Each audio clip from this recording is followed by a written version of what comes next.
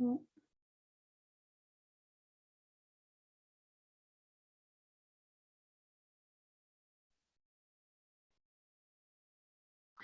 Jennifer, would it be possible to give Jackie recording permission, please?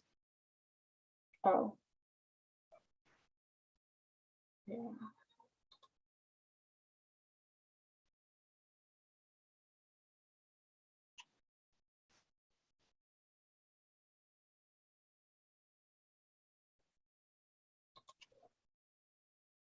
Okay, I think I just allowed her to record locally.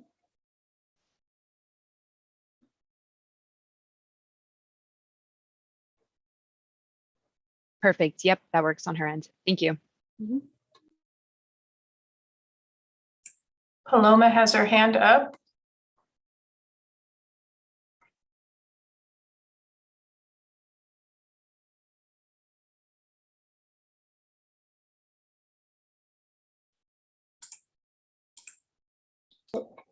Have you selected the Spanish channel, Paloma? Yeah. As a you should be able to unmute yourself, Paloma, as a panelist. And it's still showing that you're on mute.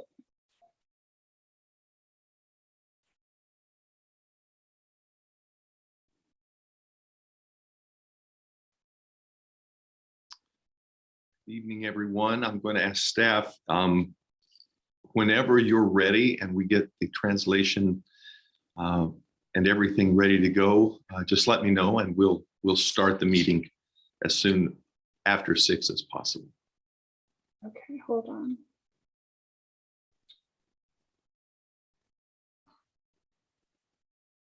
Paloma, are you able to unmute?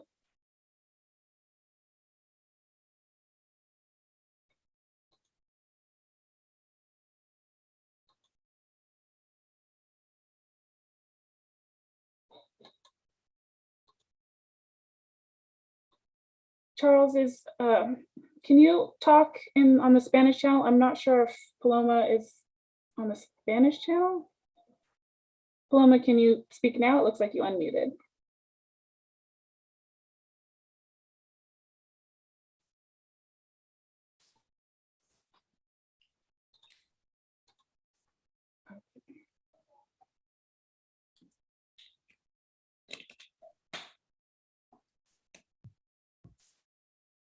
Okay, yeah, me either. Let me go back over English. Okay. Paloma, can you talk now? It looks like you're off of mute, but I still can't hear you.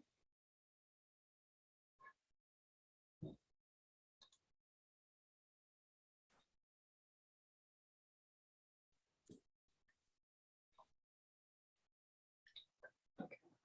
Let me.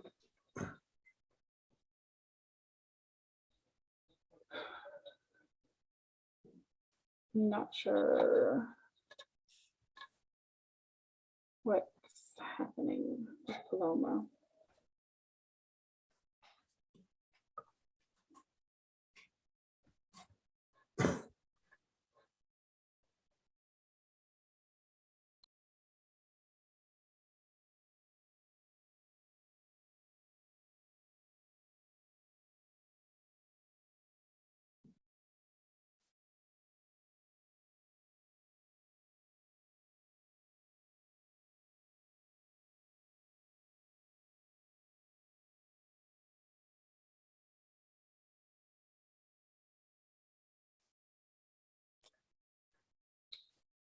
Paloma, are you there? Are you able to talk?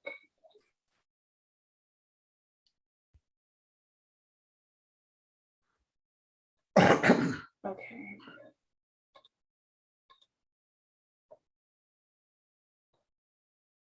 Okay, I am not sure what we're gonna do with Paloma. Hold on.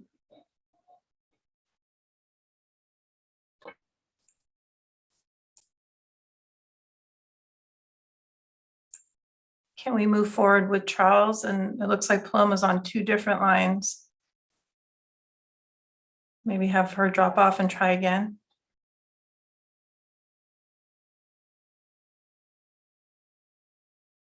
Thank you for your patience, everyone. This always works in rehearsal.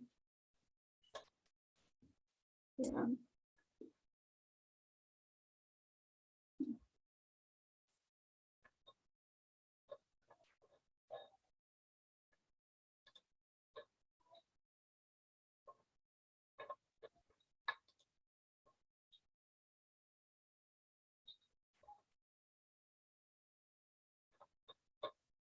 Okay. Is Paloma back yet?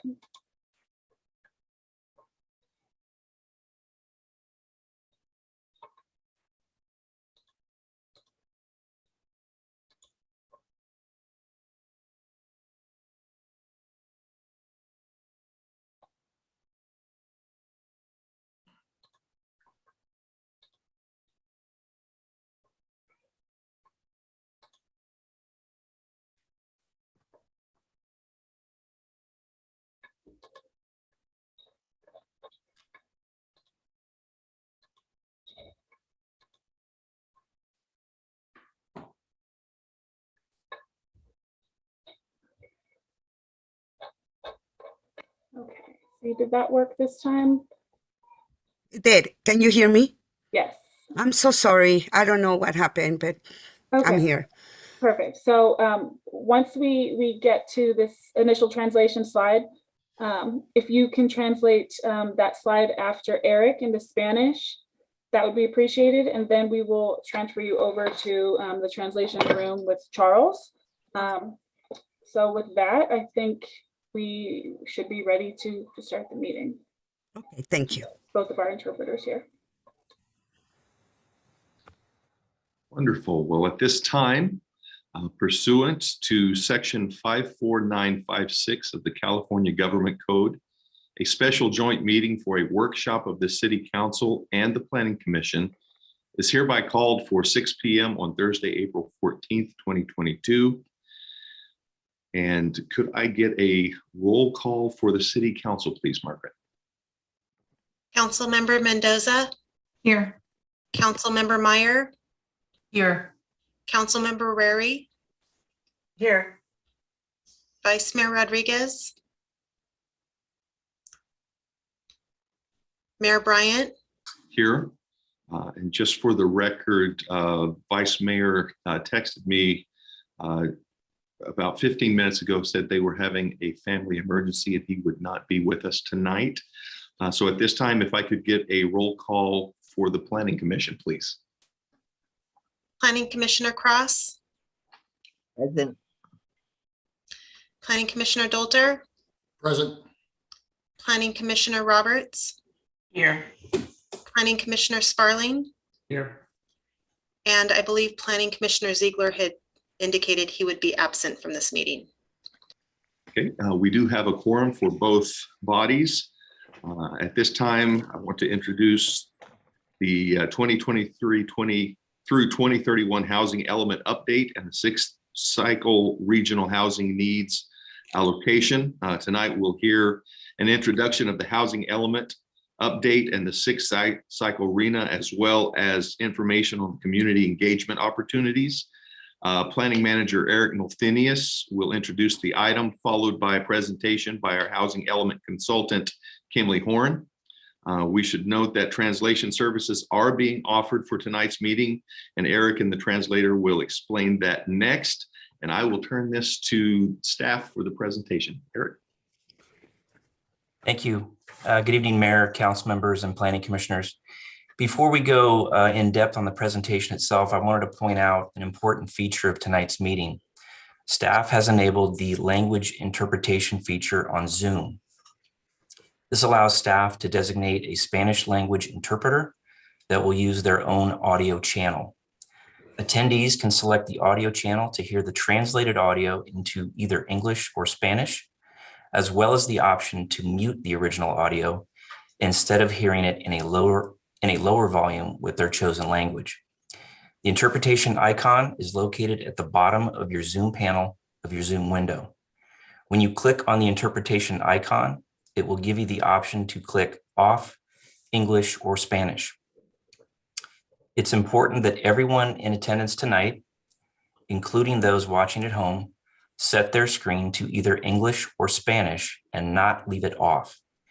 If you do not choose a language, you will not be able to hear the interpreter, and there will be a delay in your audio every time you speak. For all other attendees, there are two options depending on how they join the meeting. Desktop users need to click Interpretation, then select Language, and then mute original audio to only hear Spanish translation. Smartphone users need to tap More, then Language Interpretation, then select Language, and then toggle to mute original audio to only hear Spanish translation. Everyone attending the meeting should choose a language, since interpreters are only able to be heard on the English and Spanish audio channels. If you have not chosen an audio channel, you will not hear the interpreter, and your audio will be delayed if you choose to speak. I'll turn this over now to the interpreter, I'm assuming that's Paloma, to hopefully provide these instructions in Spanish. Buenas noches para todos y vamos a empezar. Tenemos este canal lo tenemos disponible para que lo escuche ya sea en inglés o en español. En su pantalla va a haber un icono con el globo terráqueo y ahí va a poder usted escoger el idioma que quiera escuchar. Es importante que sepa que tiene que escuchar, tiene que elegir inglés o español, ya sea, y también, por favor, puede usted apagar, poner en silencio el audio original.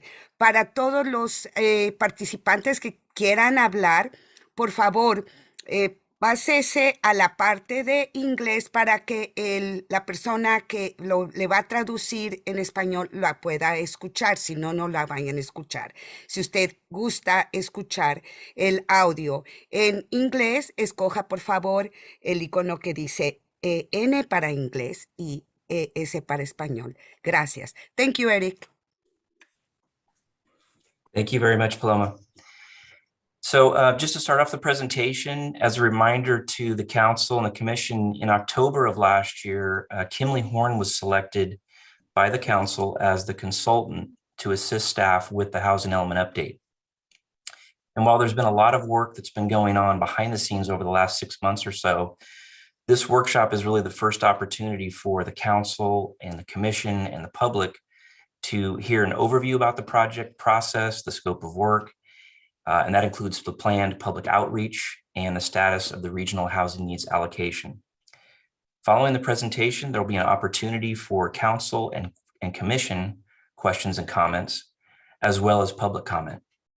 I wanted to note too that the intent for tonight is to provide information and that opportunity for comments.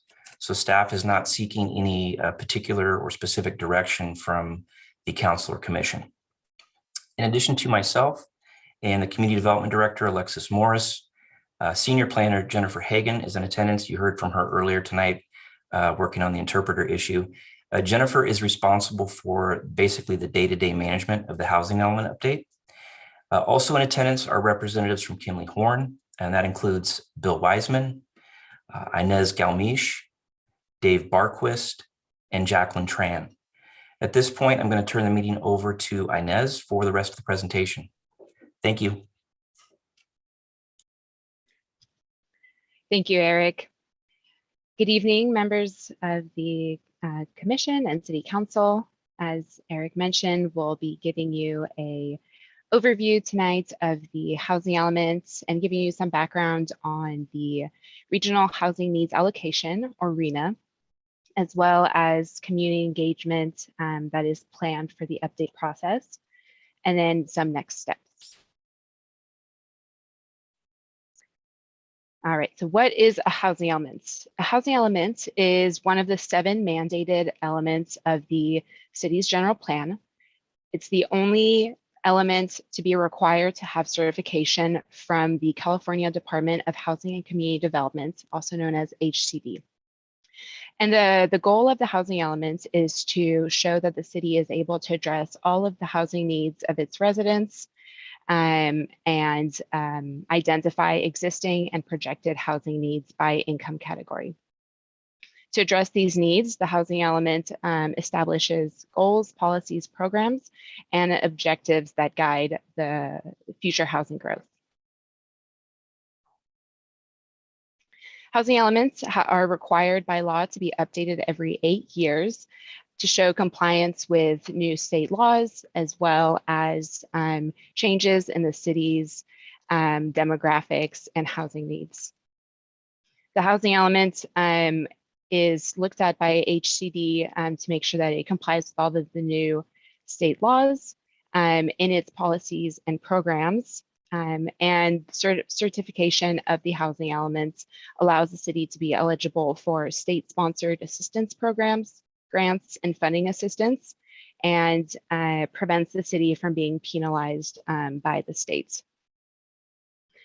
The housing element update process is also a good time for the city to be able to engage with the community and hear from the community themselves on their housing needs throughout. The housing element is made up of many different sections. The first and the groundwork of the document is the demographic profile. In this section, we look at who makes up the Brentwood community. We look at the housing stock and economic characteristics.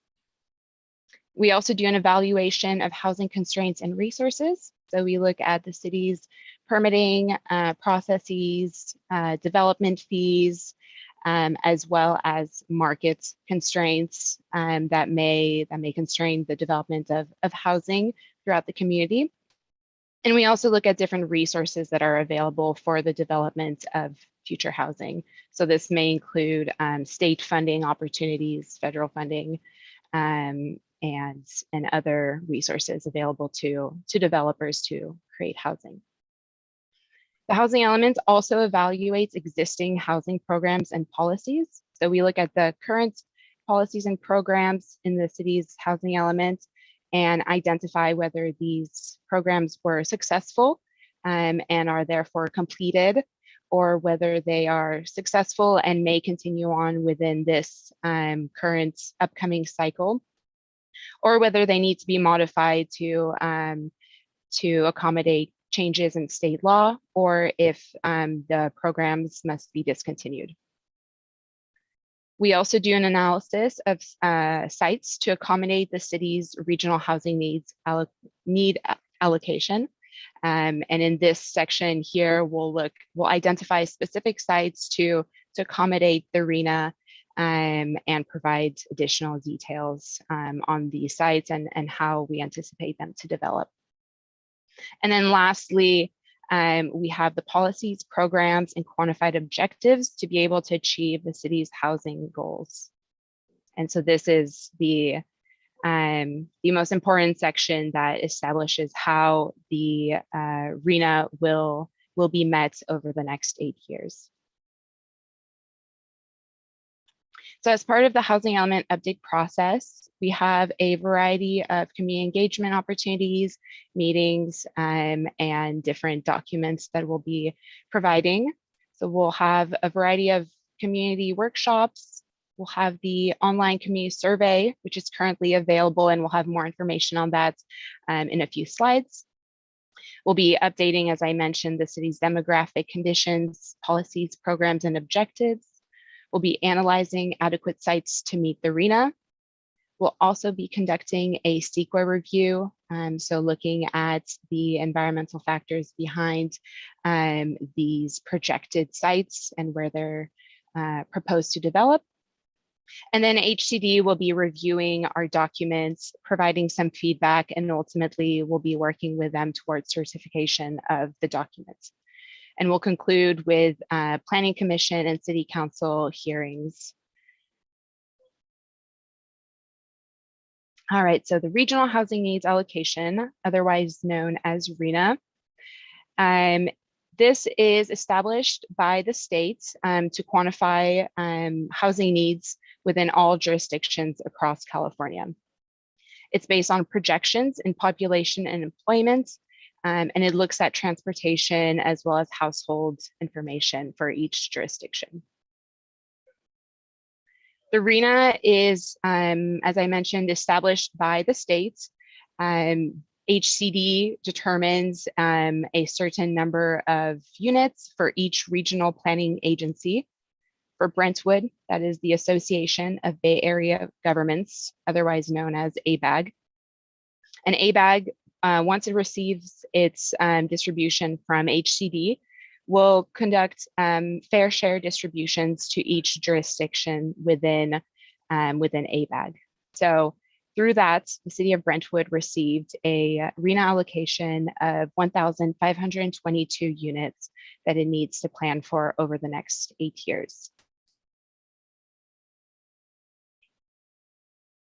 What you see here on your screen is the total RENA broken down by income category. Through this cycle, we're required to be able to accommodate a certain number of units by different income categories.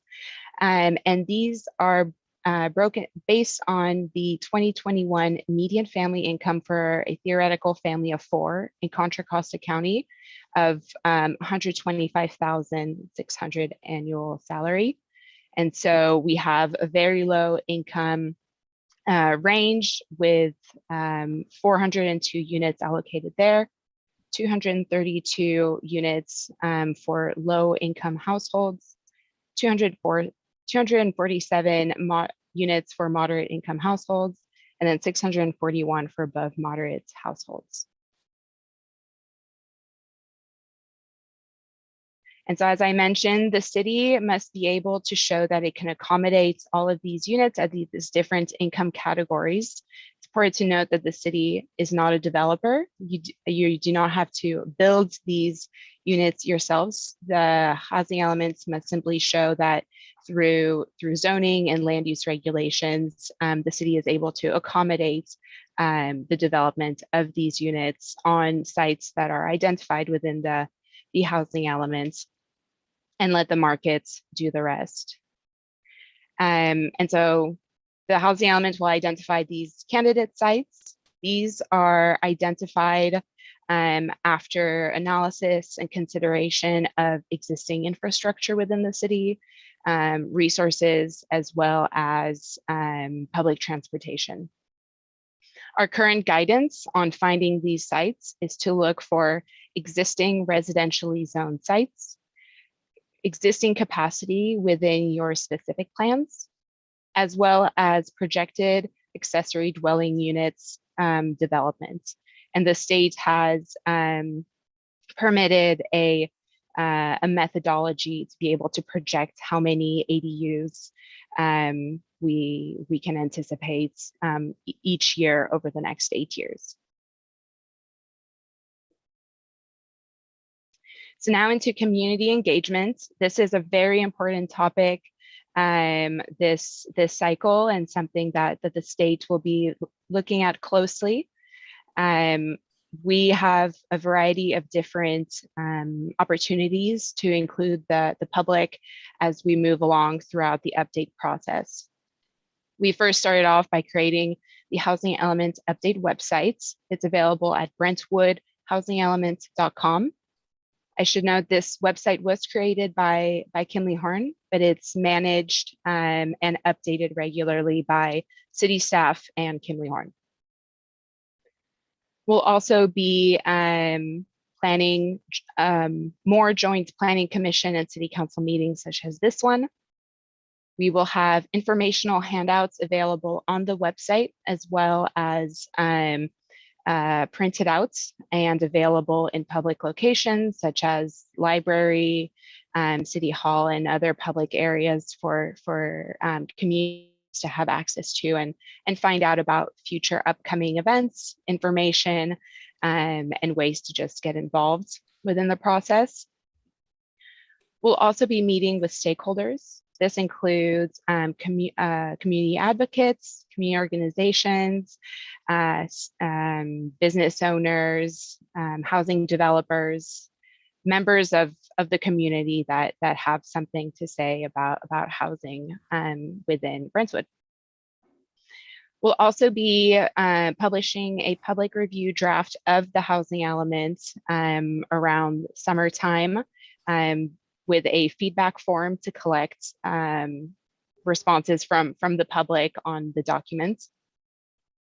And then we'll be having Planning Commission, City Council study sessions, and the public hearings. All of our meetings will have Spanish translation services available. We'll also make our flyers and handouts available in English and Spanish.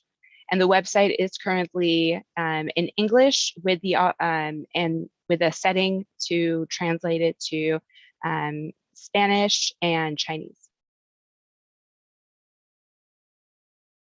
So next steps. We've already had the Land Use and Development Committee meeting last month, and tonight we're having our Joint Planning Commission City Council meeting. We also have ongoing the community survey. We'll have that open through the end of May. And then towards the summertime in July, we'll be hosting a community workshop. We'll be having a joint study session with the Planning Commission City Council. We'll also be releasing the public review draft of the documents. And then we're working towards a City Council review in December, January 2023. So as I mentioned, we have the survey that's available right now. It's up on the Housing Element website, as well as at this link here on your screen, Brentwood-housing_element_survey. This is important for us to be able to collect input and feedback from everyone in the community on housing. And all public comments as well as survey responses are required to be included within the housing elements to be publicly available. The survey is available in both English and Spanish and will be available until the end of the month, at the end of May, excuse me. And that concludes our presentation. We'll now look for your feedback, inputs, and any questions you may have. Thank you. Councilmember Mendoza. Sorry, I have a question about the resident feedback. How do we incorporate this? Because it seems to just be a calculation. So when does resident feedback come into play, and how much can residents actually change the outcome? So we are required to include all of the public feedback within the document, and HCD will look for information from us on how we've addressed public comments. So whether that's resulted in changes in some of the programs, added information in the document, we're required to note how the community's feedback has been incorporated into the document. But you can't necessarily change any calculations. You can't change any numbers based on resident feedback. Like we have 1522. What we hear a lot about in Brentwood is we want to stick to our plan. So if this requires that our plan be increased, is there any lever they can pull to make that happen? To not make it increase? So we can certainly include that information in the documents, but we recommend that the city does move towards meeting the RHNA to be able to receive certification from the state. Okay, has your organization read the audit from the state? We have, yes. Okay, so one of the biggest issues was the jobs to housing ratio in the audit when the state auditor did all their work. Have you heard of anything from Sacramento, or how are they going to address that? So we don't have a lot of jobs out here. I mean, I'm not sure if you're familiar with Brentwood, but we don't have a lot of jobs. We're one of the fastest growing cities in the last 10, 20 years. And my concern is we're going to take up land that would bring jobs and build homes. How have you addressed that with HCD? Because I'm sure you guys probably talk to them, right? We do, yes. And Dave, I'll look to you to add to this if necessary. But we do look at employment data and projections within the housing element. That is something that we take into consideration. As far as the report, it is still new, so we haven't run into any issues in other jurisdictions regarding it. I just Yeah, want, if there's any way we can incorporate the root data that they use to come up with our 1522. I don't know if that's possible to add as an addendum to our submission. I know we have to stick to the 1522. Yeah. But if there's any way to have an addendum that states why this number is so out of whack for our area, because their base methodology in the calculations were wrong, that would be fantastic. I don't know how you would incorporate it.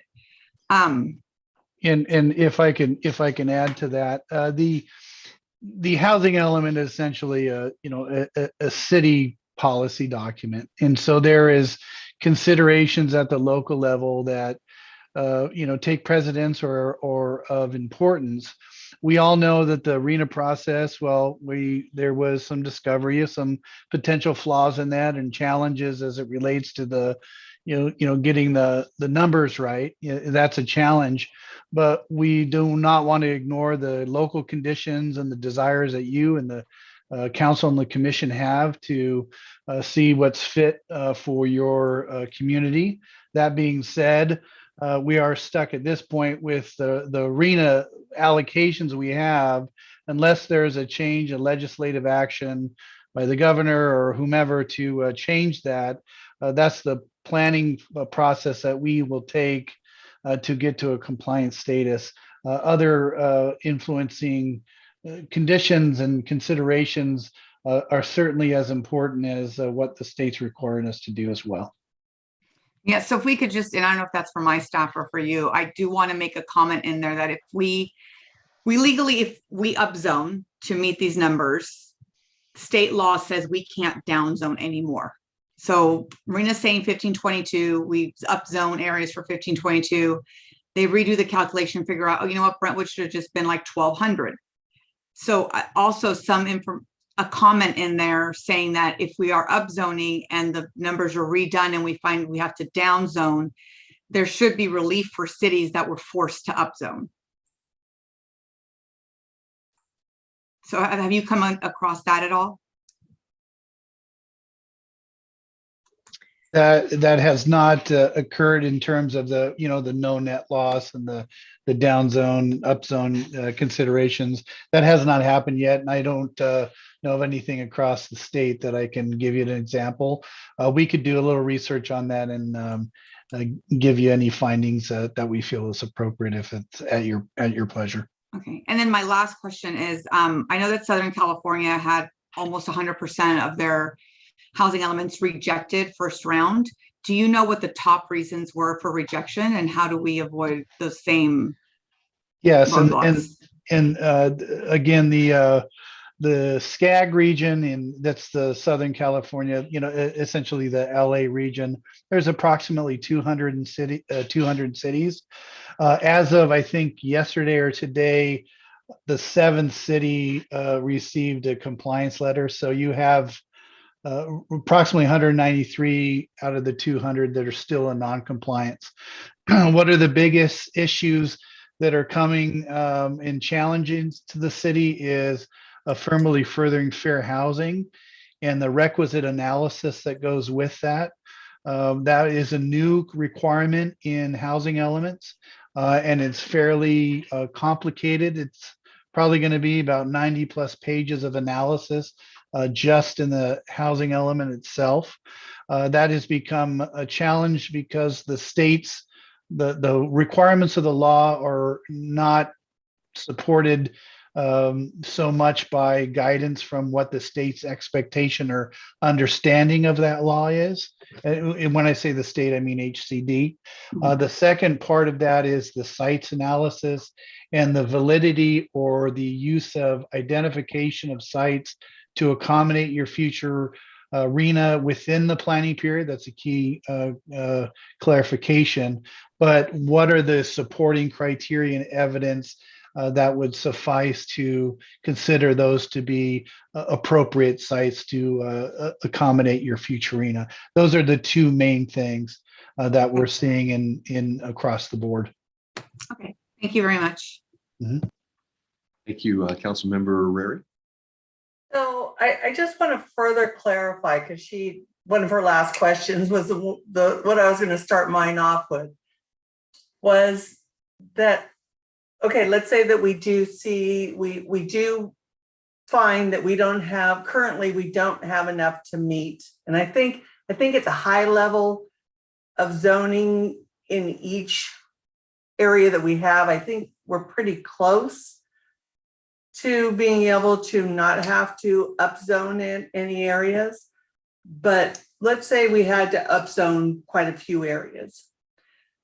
From what I was reading today, it specifically said that while they understand that the jobs to housing and some of these other things may not be accurate, they won't make any changes until the next RENA cycle, which is 8 years from now. So if they're not going to make any changes for 8 years, and with all the new housing laws that's going in, I just want to make sure that we will have something in there saying we are only upzoning because these are the numbers you gave us. If it's determined that your methodology was flawed, we want the ability to downzone those areas and possibly downzone even more if we found that we didn't need to have even those numbers. So that is something that's going to be able to be included in our package that goes forward. So good evening. I don't know if you can all hear me. This is Alexis Morris, Director of Community Development. So as Dave said, this is a city policy document. So we can certainly build in policies that are reflective of the, I always want to say Attorney General, it's the auditor's report. When it comes to downzoning, though, we have to be careful how we describe that. I just want to caution because of SB 330. So that's a whole nother level of laws. Yeah, so we would craft policies that hopefully meet those different masters, right? And I understand this is a policy, but let's say we look at all of our zoning, and based on that 1522, we say there's no way in the world we will ever meet that 1522, that we need to go back in and rezone this area and rezone that area in order to accommodate those. We're now in that catch-22 because we've used flawed methodology and flawed numbers that 8 years from now, they say, oh, you know what? We were wrong. You guys didn't, those numbers were only supposed to be 1,000 or 900. And so we've already upzoned those areas. Because we had to, in order to show that we could accommodate the RENA numbers. So while it is policy for us, we have to be able to show that we literally can. Otherwise, we're sending them a document saying, yeah, we can do it. But our general plan says, nope, there's no way in the world that you're going to make those numbers. So we're in that catch-22. We got it upzoned, but then we can't bring it back to the previous thing because of SB 330 and whatever new law that they pass out there. So that might be a good topic for a LUD meeting, to come up with some of those policies and see if we can thread that needle, right, between what the message that the decision makers and the council wants to send with policy, and not trip on some of those other state laws as well. That might be a good focus conversation. Okay. Now the next thing, and I attended the ABAG Regional Housing Technical Assistance meeting. And that they said that this is a state contract now that we have to do this. Now, granted, we don't build houses. Let's say there's a downturn in the market and nobody's building. We're back through, a 7-year recession and no houses are built. This is a contract. We've got to be meeting these numbers. What happens during that period of time?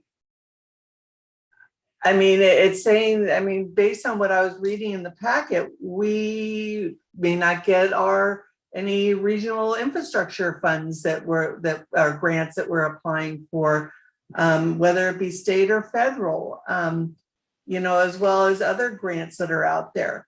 So first is a contract, but what happens if builders don't build because we don't build houses? And Dave might be able to answer in his experience. That happened in the fourth cycle, happened statewide. It was catastrophic. And so but it's not so back in the fourth cycle, it wasn't a state contract. Well, it's a state contract. It was a lot looser, yes. Yeah, it was a lot. It was a different process. Whole different process Yeah. than what it is right now. That's a very good point. And I think Dave could answer if God forbid there is another recession in this next 8-year cycle or a significant slowdown in the market. Let me find a way to phrase this without editorializing. One would hope HCD would see the implications of that statewide. And there would be some methodology, some process through HCD and the state legislature to give us some relief from these obligations, as you said, have much more teeth and they're focused much more on enforcement than they ever have been. If these numbers become a paper exercise and they cannot be produced because the bottom falls out of the housing market, one would hope that the legislature would not penalize us again because we cannot produce housing if there is no market for it, right? Dave, I don't know if you have any more eloquent way of addressing that. That was as eloquent as you can get on it. But the new accountability enforcement provisions in the state law is making it, a much more challenging task. And with the combination of accountability enforcement provisions and excuse me for using all the terms, but AB 72, SB 35, SB 330, there's a lot more teeth in that accountability aspect of it. The challenge comes in is when you have your jurisdictions, you and your neighbors, is you're not in the housing element or housing development business. So you have to rely on what the dynamic of the market to perform that. But at the same time, you're accountable if it doesn't. So that's where that rub is. Now, when it comes to that future, it's a conversation that you're not alone having. Many jurisdictions throughout the state are really struggling and grappling with this issue of how do we, as we move forward, are we accountable for things that are not that are out of our control, so to speak. It is something that the state's aware of. It will take some legislative action. We just need to let that play out over the course of time and watch very closely with HCD's, accountability and enforcement unit that's new and the behaviors that they're taking in implementing, the compliance with these contract that we have now. So it's going to be, it certainly will be a rough road. There are certainly some challenges. They're just inherent within the laws itself. We have to, unfortunately, comply with all the laws that are currently on the books. And should those need to be changed, there's some level of action that you at the local level and with your legislators have to take to compel. Vote new people in. Sorry. All right, thank you. Councilmember Rary, if I can add just one point too. I think you're referring to the language in the staff report on page 2 that talks about some of the consequences of having a housing element that's out of compliance. And that really is sort of a list of the potential ramifications of either failing to adopt or failing to maintain a document that plans for what we have been assigned to plan for, not that fails to produce. So just to make clear, yeah, I understand your concerns, but in case the staff report wasn't clear on that point. Commissioner Roberts. Thank you. So my question is directed to Dave, because I think you'd mentioned something about you not seeing throughout other jurisdictions up zones and down zones that most folks that you've come into contact with have not struggled with this issue that we're speaking to this evening. And so I would ask you to do a drill down for this committee. I just find it,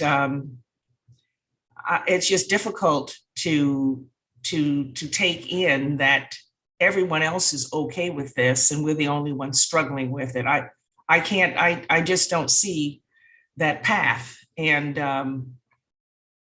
I also heard Councilwoman Reary saying something that is absolutely a concern I hadn't thought about, which is recession.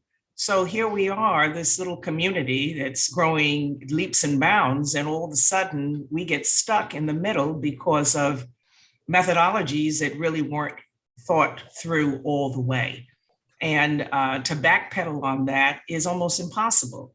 So what I'm hearing, and thank you for the presentation, but what I'm hearing is that, well, this is the law, we've got to follow compliance. And if it doesn't work, well, oh well. But the oh well doesn't work for taxpayers. And it's not going to work for this commission or the council. And so I'm going to throw the oh well back to you and ask you to drill down and find some communities that are writing to the legislative body or whoever it is that we need to address our concerns to, and see how things are playing out. Because I know we're not the only ones. Yes, and certainly, and there is many examples in the elements that have done in the SANDAG, which is San Diego, and the SCAG region, which is the LA proper. There's a number of jurisdictions. I can say Newport Beach probably has dozens of letters that were gone to the state in response to their disagreement with the process, and they everywhere, all the way up from challenging the actual allocations to the methodologies and all of that, and suggesting different changes to the law. But when it comes to the issue is the down zone and having to down zone in the future, I think that's an issue that we may have a challenge to find that.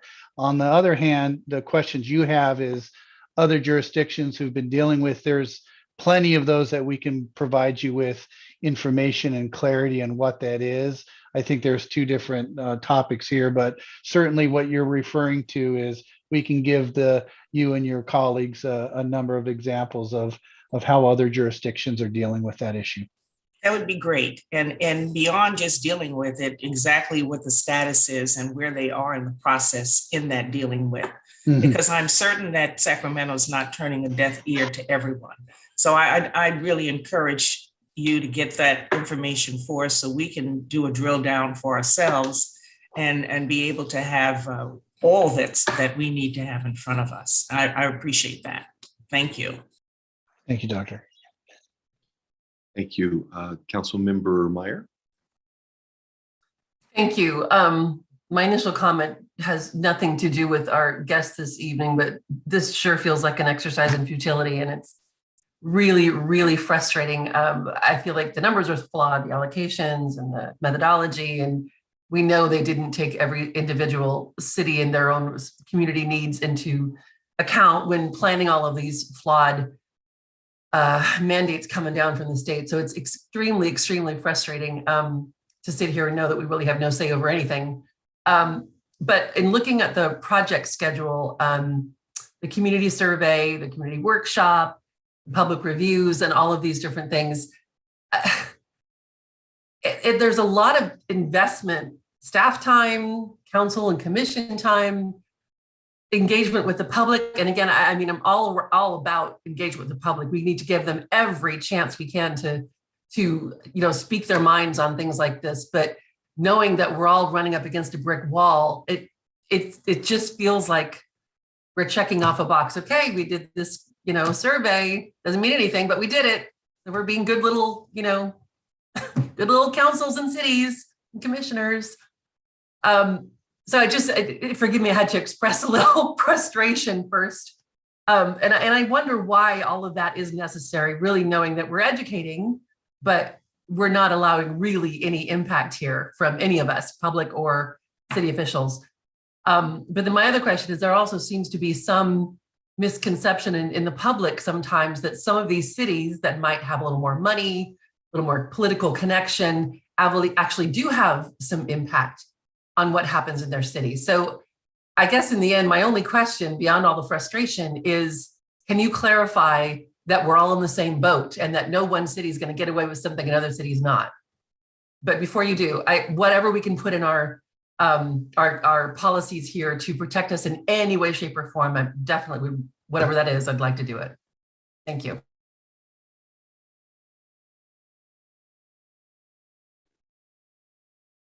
Commissioner Sparling?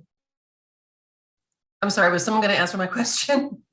To get lost. Sorry, yes. Yeah, Dave, could you answer the question about whether or not we're all in the same boat? We're all in the same boat. And just for the public to understand that really, yes. As much as we might get frustrated, and this community has money, this one knows the governor personally, but we still have no different say in what's going on here. Yeah, everybody's is under the same obligation and same requirements. So there's equal when it comes to that. So your answer is yes. And I think it's particularly telling that about less than, just under 200 cities in Southern California, if you want to talk about wealthy cities or cities that might have political clout, if that's, the criteria we're using, still don't have certified housing elements. We're all in the same boat in this state. Thank you. Thank you, Commissioner Spalding. Thanks, Mayor. I probably have to be careful with what I say because this is pretty frustrating exercise. I guess I'll start with this. If this is a contract with the state that we have to sign, right? There's no private business that ever would sign an agreement that says you're responsible for what a third party built, right? Because the problem with this process, because the process is wrong, the numbers are wrong, the audit shows that, is that it doesn't take into account, certainly there's probably many cities like Brentwood who are on the edge of a job area. Brentwood is not a job area. Even at the low income, it's $68,000 for a family of four. That comes out to be about $33 an hour roughly before taxes. After taxes, it's much less than that, where you're going to, even for rental, you're going to take close to 50% of the income paying for rent. And we can't control what the builders are going to charge for either the homes that they're sell for or the rents that they're going to charge for. So I don't think this actually solves anything. It just puts us in a place that's very difficult. And as Councilmember Myers stated, we're just being told what to do. And it's very frustrating because this isn't planning. This is dictating what we have to do. Planning also includes the proper infrastructure for the increased housing. It includes an actual plan. This is just build homes and hope people charge the fair rate, which we all know will not happen. So it's a fairly frustrating process. So I appreciate the work going into this. I know it needs to be done, and I know it's frustrating probably for everybody. And I know members of the public who are probably going to speak under public comments are going to echo my concerns. So I don't know that I have actually any questions, but this is not planning. So it's pretty frustrating to have to do this. And one of my concerns about this is we have to upzone areas of the city, and then we don't know the impact of, is it SB 9 where you can split the lots into 4? We don't know how many residents are going to decide to do that. So we could upzone, and then all of a sudden we could have 100 lots, And we can't stop that from happening. And now all of a sudden we're way over our RENA number. And again, so that's why this is not planning. This is a fairly frustrating exercise, probably for everybody on this. The intent is good, right, to try to get affordable housing, but this does not actually ensure that we will have affordable housing for the community. Thanks. Thank you. Commissioner Dolter. Yes, thank you. I certainly agree with all the previous speakers. This is not planning. It's a frustrating process. The process might be okay, but this is really not the way to do it. I hope that we heavily editorialize in our response to the state and include all of these comments that, particularly about the flawed data. And I would also point out that it appears that all we have to do is accommodate. We don't have to build it, but we do have to accommodate. And that accommodation is based on existing infrastructure, not what's in the capital improvement program, not what's in any wish list in the other elements of the general plan, but on the existing infrastructure today, not next year, the year after, but today. That's what it says in the law. And it's based on the existing transportation, and it's based on existing resources. So we have some limitations, even with, in including the flawed data, we have limitations on what we can do to get to the 1522 in any event. So again, we need to keep the legislature informed about all of the problems with dealing with this requirement. And we need to heavily editorialize in our response and include all of these comments and the responses of the other cities as well. I'm sure they're going to have some things in their responses that we haven't thought of yet, but we need those in there too. So we need to communicate with our sister cities all over the state and make sure that we have a cohesive answer to this. Thank you. Thank you. Again, I'm not going to repeat everything that everyone else has said, but I completely agree with everything that's been stated. I will say that at the Contra Costa Mayor's Conference, every single city, every single mayor in Contra Costa has exactly the same comments to make, the same amount of frustration. And so I really do feel exactly what Council Member Rary stated with all of the regulations that we're dealing with. It really is, it's a catch-22. And the thought that they may come back, the state may come back and reduce the requirement is, in my opinion, it's somewhat unlikely that once the state gets similar to a tax, once a tax goes in effect, usually that is a permanent situation in certain circumstances. I can only hope they do the right thing during this time. If there are no more clarifying questions of staff, at this time, we're going to open public comment, and I'll turn it to you, Margaret.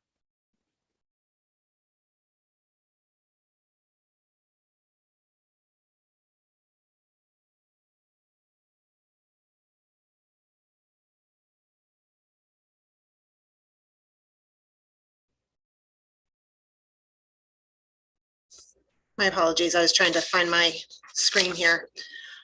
I received no written public comments on this item. A summary. If you wish to speak on this item, please raise your hand using the Zoom feature. I will call your name if provided and unmute you to speak. Remarks are limited to 3 minutes per person, and your microphone will be muted after the timer has expired. Speakers requiring interpreter assistance may be allotted 3 additional minutes. I have 2 speakers with their hands raised. I'll go ahead and call on Danny Dorman first, followed by Carolina Villaseca. Mr. Dorman, go ahead. Great, thank you. I actually wrote this down to make sure I got it right. All right, so let's talk about today's commission workshop. I wish I was better prepared for the 6 p.m. meeting. Unfortunately, I have a life as much as it seems that I don't. And in listening to this, it seems like I'm not the only one unprepared. This missive is a combination of questions I'll ask and comments I hope to make. The biggest one is getting the non-answer answers from Kimberly Horn.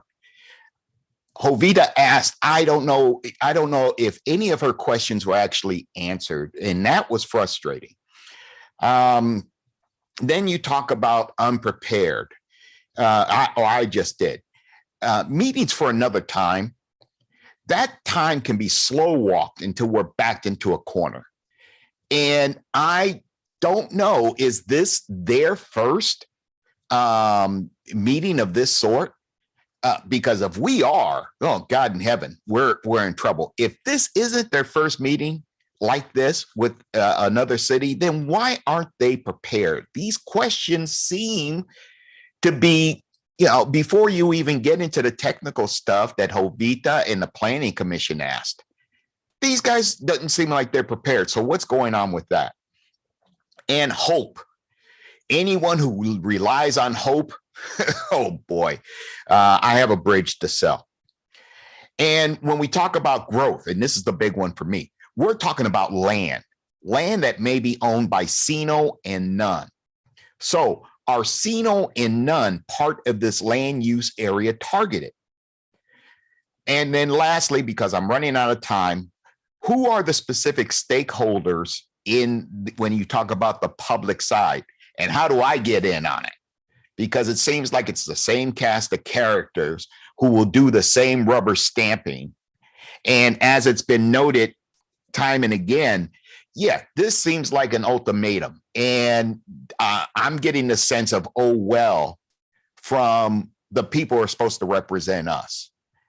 And thank God that the commission and the council aren't giving us that, oh, okay, well, that's what you said. All right, well, what can we do?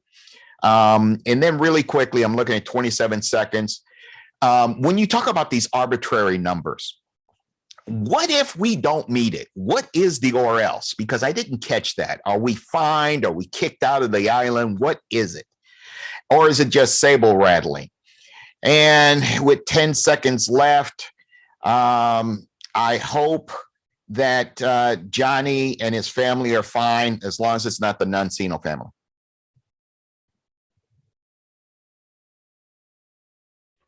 The next speaker is Carolina Villaseca.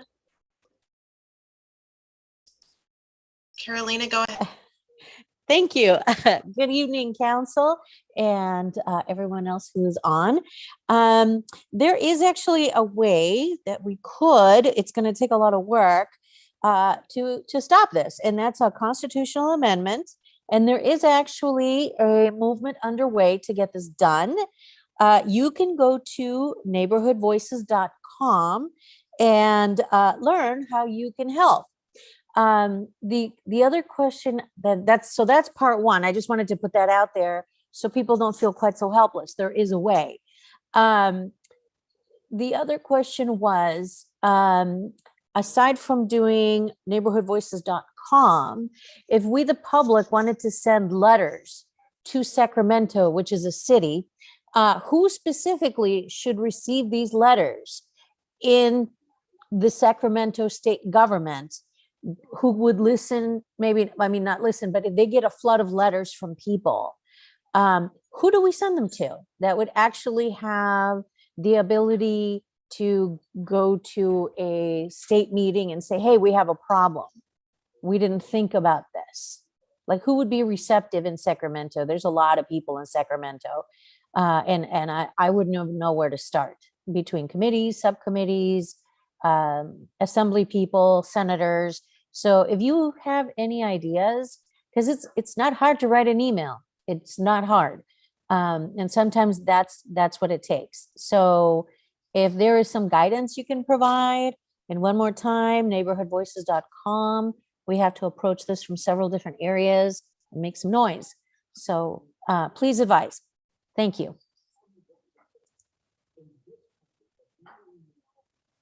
Thank you. I'm showing no additional speakers with their hands raised. Okay, this time then we will close public comments.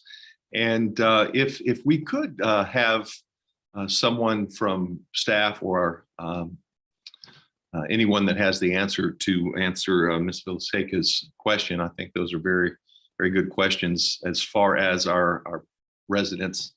What is the office that we send these to? What's the best way to do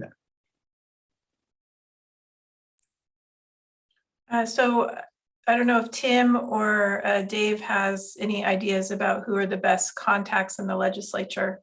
That's a little beyond my area of expertise. Yeah, I would defer it, based on your local condition, who to contact. You can always send information to HCD, and that usually trickles through to the legislature. So, we certainly could be helpful. Provide you with contacts and information if you so needed that. Yeah, Carolina, if you would send me an email through our website or just at jhagan@brentwoodca.gov, I'd be happy to work with you the next couple of days to get you some contact information and see how we can best connect you to the state legislation. We can also put information on the city's website for informational for our local representatives, as well as HCD contact information on our website. Yes, I do want to include our local representatives, senators, congressmen, assembly members. Those are the ones that we directly have connection to. Would love to have that information up on our city website so that anyone can have access to that easily. Councilmember Mendoza. I want to make a correction real quick on Carolina, and thank you, Carolina, for the plug. We are going to try again for a constitutional amendment in November of 2024, and it's ourneighborhoodvoices.com. You go, sign up, learn what it takes to overturn these rules. We will be collecting signatures to get it on the ballot. It takes a lot of money. It takes a lot of work. So if you could sign up to help, that would be fantastic. But in the meantime, just so everyone knows, Senator Glazer and Assemblyperson Frazier did vote against this. So we actually, a lot of people locally sent letters. So it does help when you reach out and send letters. They listen to us at this point with this, I think it's AG Bonta. I don't think any individual specific senators or assembly people are going to do anything at this point. AG Bonta is the one who has come out with his, I don't know what, I mean, it's a group of it's enforcement. Like they're going to go out and enforce this. And I think one of the questions that Danny Dorman had was about, what is this or what else, or, or else kind of exercise. We have to do the exercise. We have to identify all of the sites. And like they mentioned, cities don't build it. So we identified it. That's our job. We did our job in that regard. Then it's up to developers to build it. We have to follow the rules that they're creating to streamline building, which some of us might not be happy with because they take away local control. So every time you see a bill coming to Sacramento, that's when you should speak up. And there's a lot of bills. I mean, we just passed the ADU bill. I mean, they passed the ADU bill. And right now ADUs are 1 story. Next year, your neighbor could build a 2-story ADU. So I think while this is an exercise of identifying sites, the questions are coming in from our residents of what they can do. And it's pay attention to housing legislation and reach out and make comments, share it on your social media, because that way your friends and neighbors find out about it too. But I don't think there's anything nefarious going on. I know some people do. The city's not doing anything. I don't think our consultant is doing anything. Our consultant is doing exactly what they're supposed to do per state law. So we're all in the same boat. I don't think anyone feels very differently than our callers do. So please don't think that anyone's up to anything when it comes to this, because we're not. And that's all I had to say. Thank you. Commissioner Dolter. Thank you, Mr. Mayor. That was a good answer by Councilmember Mendoza. I think Mr. Dorman raised a very good point. What are the ramifications if we didn't comply? if we didn't comply and not send in the report, we would not have a certified housing element, obviously. And to a lot of people, the results of that would be the city not being able to, among other things, approve subdivision maps. And that would appeal to a lot of people in town, I suspect. But the point is that, and to follow up on Councilmember Mendoza's comment, the council and the planning commission and the staff and all the consultants are all going to work together to comply with this particular requirement and get the report in. There is nothing nefarious going on. We're going to comply. We're going to send it in, and hopefully it'll have all of these comments about what is wrong with the data and the requirement and the premises upon which the requirements are based. And again, you need to talk to your state senator, and you need to talk to your assembly person. That's how to get the legislature to change their mind. And the fallback is a constitutional amendment or an initiative process. That threat is always helpful, and it should be out there as well. Thank you. Councilmember Rare. So while I don't have any problems with housing developments not being approved, by not turning this in, a question to either our attorney or to the consultant. If we don't approve the housing element, it could be turned over, like planning applications, residential, commercial, could be turned over to a judge for approval. Is that correct? You're right, Councilmember Rary. Among the many consequences of not getting a certified housing element are the potential for a court to take control of our local land use decisions that would otherwise be in your hands. In addition, there are potential fines and fees. We could be looking at paying attorney's costs. We would be ineligible for a large number of grants that we look to for funding various projects around town. You're right that we would not be able to approve subdivision maps, and whether or not that's an issue for you, it would be one of the things that would be taken out of our hands. So there are a number of very real consequences to failing to do this. Yeah. All right. Thanks. I just wanted clarification of that. So yes, there's a lot that can happen. And one other thing that can happen is right now, Katie, how often do we do this process right now? Every 8 years. And if we don't comply, it goes to every how many years? Well, 5, but we'll see if that changes. Yes, and it's a very expensive process. So we don't want to be doing it every 5 years and spending tax or, our city money every 5 years versus every 8 years. So yes, that's another thing. It's expensive just internally if we don't do it.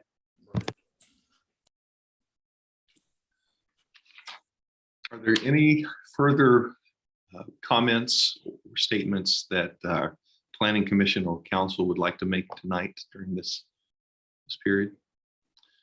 Again, I do want to thank all of our callers, our public, for joining with us. And if there are no more conversation at this time, I need a motion for adjournment, and I'll begin. So moved. Okay, I'll begin with the Planning Commission first. You need a second. We're going to have to do this by commission and then by council first and second. So the Planning Commission, if I have a motion for adjournment. So moved. Okay, do I have a second from the commissioners? Second. Roll call vote for the commissioners. Motion for adjournment, please.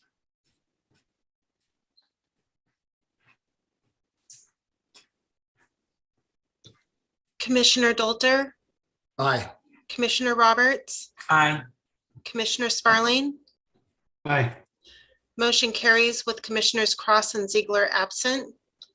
Okay, now City Council, we have, could you repeat the motion and the second, please? So moved. Second. We have a first and a second. Roll call vote, please. Councilmember Mendoza, Yes. Councilmember Meyer, Yes. Councilmember Rary, Yes. Mayor Bryant, Aye. motion carries with Vice Mayor Rodriguez absent. Okay, thank you, everyone. We are adjourned. Thank you, staff and translating services. We greatly appreciate you joining us tonight. And everyone have a safe evening. Thank you. you. Have a